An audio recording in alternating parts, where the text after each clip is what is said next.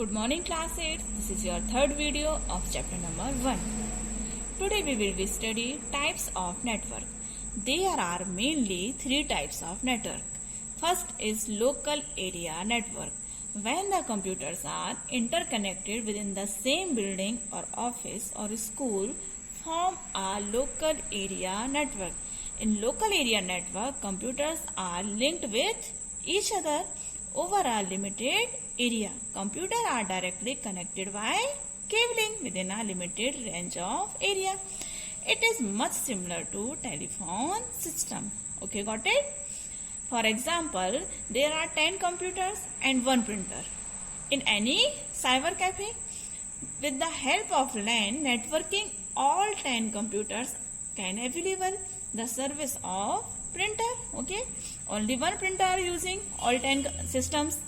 LAN is a proper method to utilize this facility. In this picture also you can see there are 5 systems and all 5 systems are using 1 printer, 1 resources and 1 server is available. Modem and 2 hubs are also available. It's looking like a LAN network. Okay. Now second is metropolitan area network, in short MAN. In this networking, computers located at different places are linked but in the same city. It works on the same city. Metropolitan area network is spread over a large area than LAN. For example, the different branches of 2 schools or offices in the same city can be connected through MAN, but it is operated by government body or large corporation. Okay, it is limited to a particular city and connects many computers within a city area. Okay, got it? Now third is wide area network, in short WAN.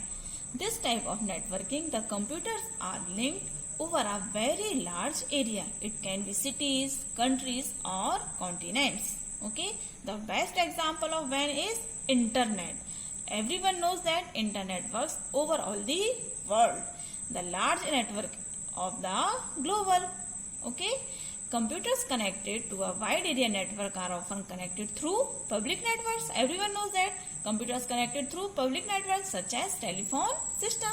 They can also be connected through satellites. Okay, now we will be discuss difference between LAN, MAN and WAN. Features. Full form of LAN full form local area network, and MAN metropolitan area network, WAN wide area network. Network size, it will take small size, larger and largest.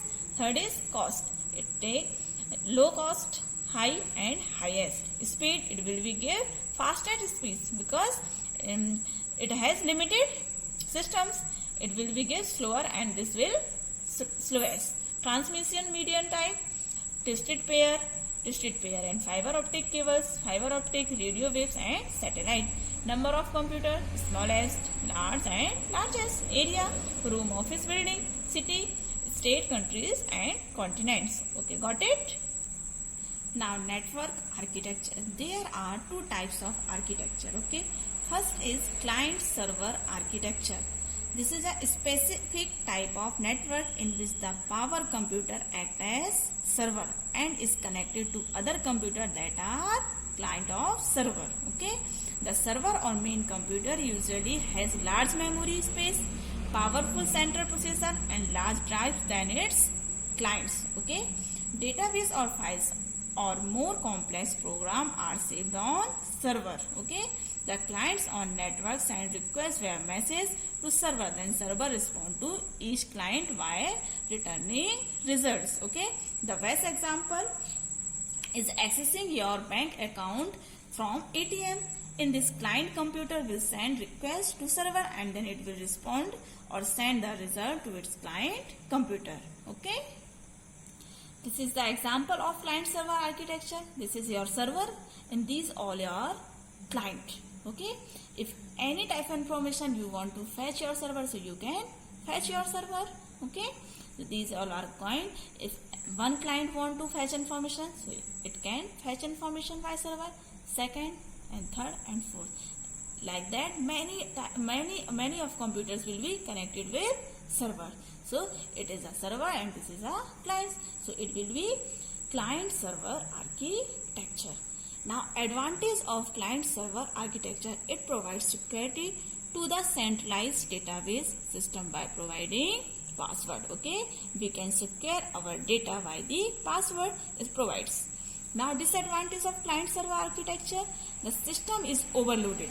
If server is overloaded and receives many requests from many clients and many clients are sending many requests, then the system will be slow down. Now server will be slow down. This is the disadvantage of this architecture. Now second is peer-peer architecture. In peer-peer architecture, computer or each workstation are connected with each other but don't have server. In peer-peer architecture, systems are connected with each other but they have no server. Okay.